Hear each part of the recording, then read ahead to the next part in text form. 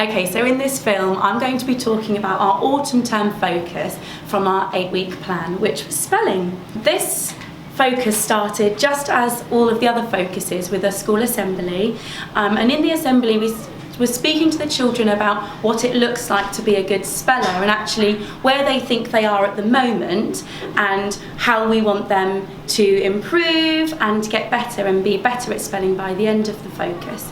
We then moved on to talking to them about what growth mindset characteristics they might be wanting to focus on. The 4 characteristics that the children chose were curiosity, challenge, independence and concentration.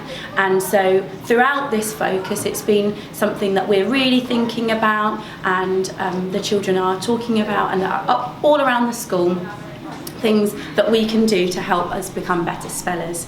At the beginning of our 8-week plan, we invited a spelling advisor into school so that her and I could go through together and look at actually what actions we wanted to take and how we wanted to improve as a school with specific targets. So it started with us going around and doing a learning walk and making notes on what we were seeing and how the programme that we're using was being delivered. And we also looked through books to see the specific spelling mistakes children were making and whether there was any link between the programme that we're teaching and the spelling mistakes the children were making. When sitting down together and looking at what we'd found, actually it wasn't that the children were making specific spelling mistakes.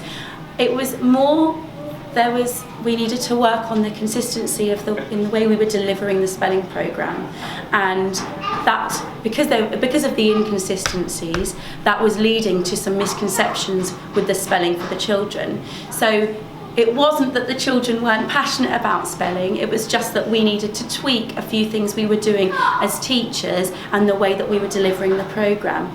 As school English lead, I attended the Ruth Miskin spelling training, and that enabled me to understand how the programme should be delivered. After the training, I came back to school and I was able to deliver a staff meeting in which we went through each aspect of the spelling programme and went through how it should be delivered and what should be seen in each lesson.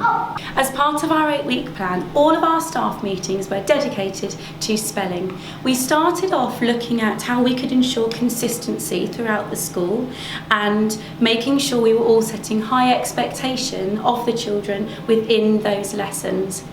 Next, we moved on to, as an English team, we all sat down together and had a look at this book, Kate Robinson's A Creative Approach to Teaching Spelling. And we're looking at all of the different exciting activities in here. And we thought about actually, if we've got the programme that's being taught really well, we needed to also have alongside that fun lessons for the children to remember that might also help them remember the tricky words that we don't necessarily learn within our spelling lessons. The teachers felt inspired to teach lessons that were interactive and fun for the children, and it really gave a good start to the spelling focus. In addition to that spelling meeting, we also purchased some Roald Dahl dictionaries, and we were looking at the Gogglefunk words inside and how we can use those to help the children apply what they've learned about the spelling rules and adding the suffixes, even how those nonsense words change using the spelling rules when they're adding the suffixes. We made some spelling stations around the school and the children were able to partake in some fun games and quizzes. Our school governor dedicated to this focus was Sharon, and her and I had an initial meeting to go through the action plan and see where we were at and where we wanted to go. Together we made a plan of what we were going to do and how we were going to work together to improve spelling within the school.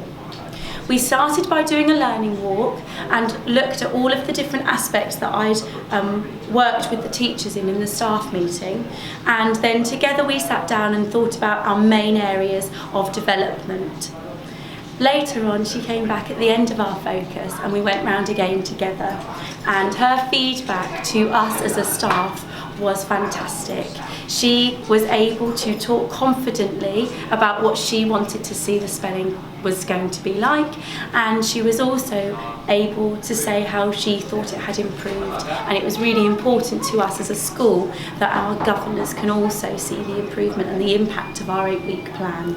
To keep the profile of spelling high and ensure that everybody within the school and the community knew what we were focusing on and how they could help at home, we sent home spelling sheets on which we were listing the words that we would like the children to learn by the end of that year. In addition, some teachers changed the way they sent home spellings so that we send home unseen spellings. The children will have 3 or 4 examples of the spelling, including the spelling rule, and then the children have different root words that they can look at and think about, and the spelling test at the end of the week is then the unseen spellings. So it's not just about learning spellings by rote, it was actually about understanding how to apply the spelling rule. Finally, to finish our spelling, we invited the English advisor back into school, and together we looked at the action plan to see how we'd improved. Together, Victoria and I did a spelling walk around the school, looking again and marking against the success criteria on the action plan. Afterwards, we sat down and we analysed what we'd seen, and we looked at how far we'd grown, and that was fantastic. Our feedback from Victoria was that everything we'd done as a school had made an impact in the teaching of spelling across the school. We sat down together and have made still points for improvement for the future, but in terms of us delivering a programme that's consistent across the school with success, has greatly improved.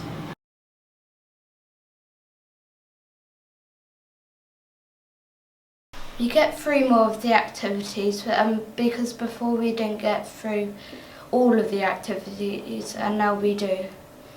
Yeah, quite a lot of them we do now. And how has that changed with your understanding of the spelling rules? It's changed because now we're doing more games and all of the other stuff. It's helped us to learn about the spelling rule and help us learn about it more in a fun way.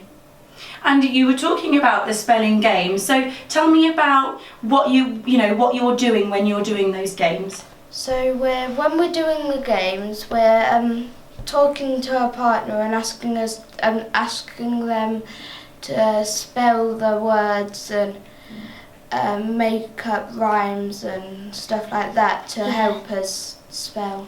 And as part of the spelling rule, we bought some dictionaries, we bought some books for the teachers to help them, but can you tell us about the dictionaries and how you use them? The Roald Dahl dictionaries are really good. They help us in our creative writing. And if you could talk about, if you think about your spelling lessons at the beginning of the year compared to your spelling lessons now, what could you say? How have they changed? They've changed because at the start of the year, when we were doing them before, we weren't doing all of the activities because we didn't really know how to do them. And then now we know how to do them. We're doing the book again, and we're doing all of them. Overall, the spelling has been more fun and I can understand it more now. In phonics we do lots of different spelling rules, and by watching the videos we learn from our mistakes. You would have hum, and then you would double the consonant and add M, and then you would add ing.